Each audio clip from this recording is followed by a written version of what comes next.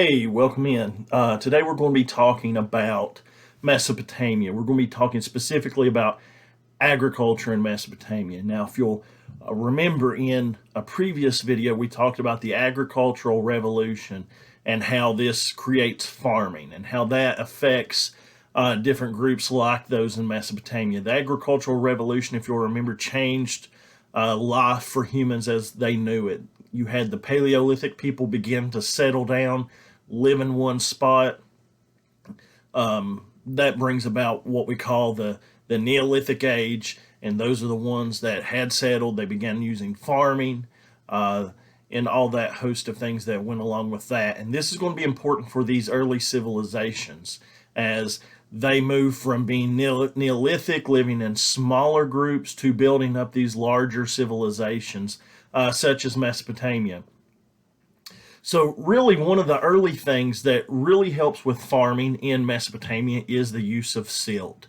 Now, silt is this rich soil that's brought down as you have the flooding that begins up in the mountains with the melting snow and any other precipitation that comes down and gets into the rivers, and those rivers flood rushing down towards the valley there of Mesopotamia. And this rich soil is used basically to help provide nutrients to their crops. It's this rich soil. It's going to allow them to yield greater crops, and then they're going to learn to control these rivers. They're going to use irrigation. As this flooding happens once a year, the silt's used both automatically as the floods kind of deposit on the banks, and they can also, take some and pull it from the riverbeds. Irrigation allows them to start digging these ditches that gets to their crops and provides more steady water throughout time, and this is also going to allow them to have more crops. Another change that's going to happen, if you'll remember, we talked about Paleolithic, Old Stone Age, Neolithic, New Stone Age. We're getting out of the Stone Age, and they're going to learn a science called metallurgy. This is where they're taking metals and they're melting them down to form tools, so they're not using these stone or bone or wood tools as often. They're able to use metal tools, which are going to be much stronger. They're not going to break as easily. Bronze is going to be one of those early ones. It's going to be made of copper, tin, and some other substances they put in. But this is going to allow them to make tools that do not break as easily, that are going to be better as far as their time. They're going to dig a lot easier if that's what they're using them for. But anyhow, they're not going to break. They're going to be better for them to use. And one of those tools that they develop is a plow. Now, the first plow that they had was made of wood, and you would have this guy trying to push it along and use it. But it really didn't work very well when you got into thick grass, and it would get mud kind of caked on it. So they began using metals like copper to make these plows, and they would still push them, and it'd be very tough for somebody to kind of push down in and dig in well. So the next development that they had was the use of animals. They began using animals to pull things like the plow. Might use ox and other types of cattle. In other regions, they would use other animals, but this metal plow would be able to be pulled by animals, and they began using animals in different ways to help with that labor. That would allow them to plow easier. It would allow them to plant crops more quickly, and it would allow them to plow more land in a shorter period of time by combining the use of the plow with animal labor. But the next source of labor is slave labor. And this is going to be very important as Sumerian city-states would go to war with each other. They would capture some of the enemy, and they would take them back, and they would put them into slavery and use them as part of their farm labor. And they would work various jobs, but farming was one of the major ones they would work. And again, you've got more people working farming.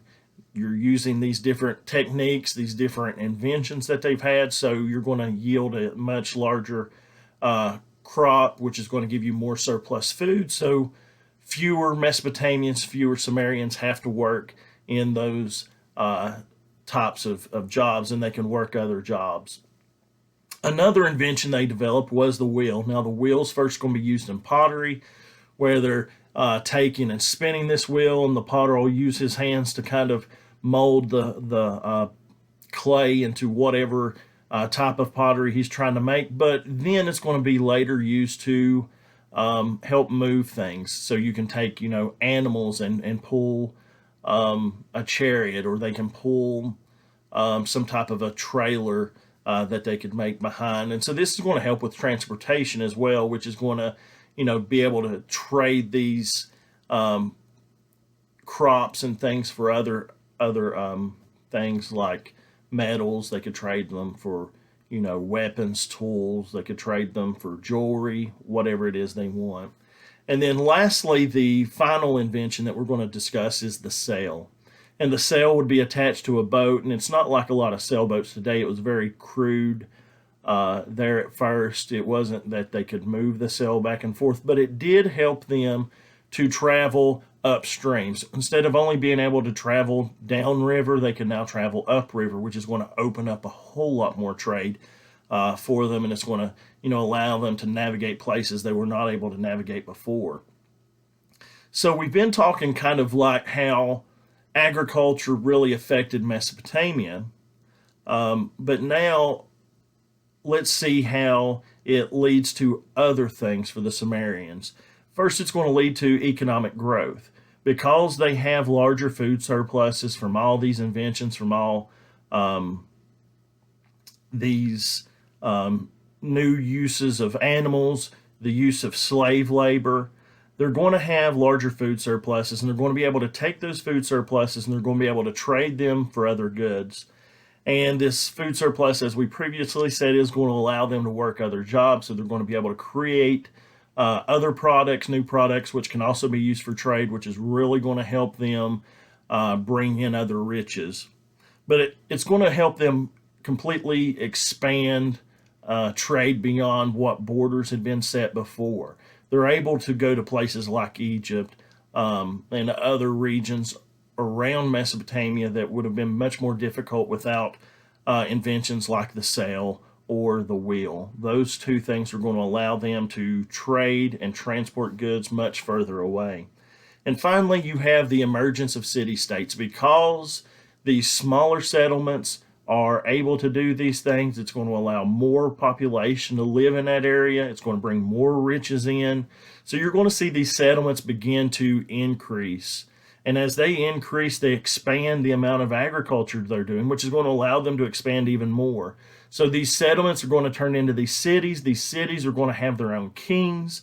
So we're going to call these city-states, because they're not just cities that are ruled by one person that rules over all these other cities, under a unified government, but each city is going to have its own independent government. So these are city-states. They act kind of like tiny nations as independent countries. Thanks for tuning in today. Check out our other videos. Hit that subscribe button so you don't miss anything. Thanks.